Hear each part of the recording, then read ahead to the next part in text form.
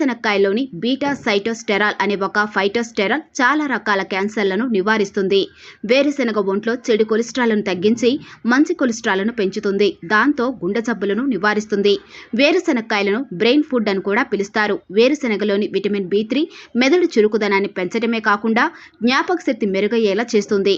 అంతేకాదు వీటిల్లోని రెస్వెరాటాల్ అనే ఫ్లేవనాయిడ్స్ కూడా మెదడుకు జరిగే రక్త ప్రసరణకు తోడ్పడి మెదడు పనితీరును చురుకుదనాన్ని 30% వరకు పెంచుతాయి. మన మెదడులో స్రవించే సెరటోనిన్ అనే రసాయనం వల్ల మన మూడ్స్ బాగుంటాయి. ఇందులోని ట్రిప్టోఫాన్ అనే అమైనో యాసిడ్ మెదడులోని సెరటోనిన్ వెలువడటంలో బాగుపడటంతో పాటు డిప్రెషన్ కూడా తగ్గుతుంది.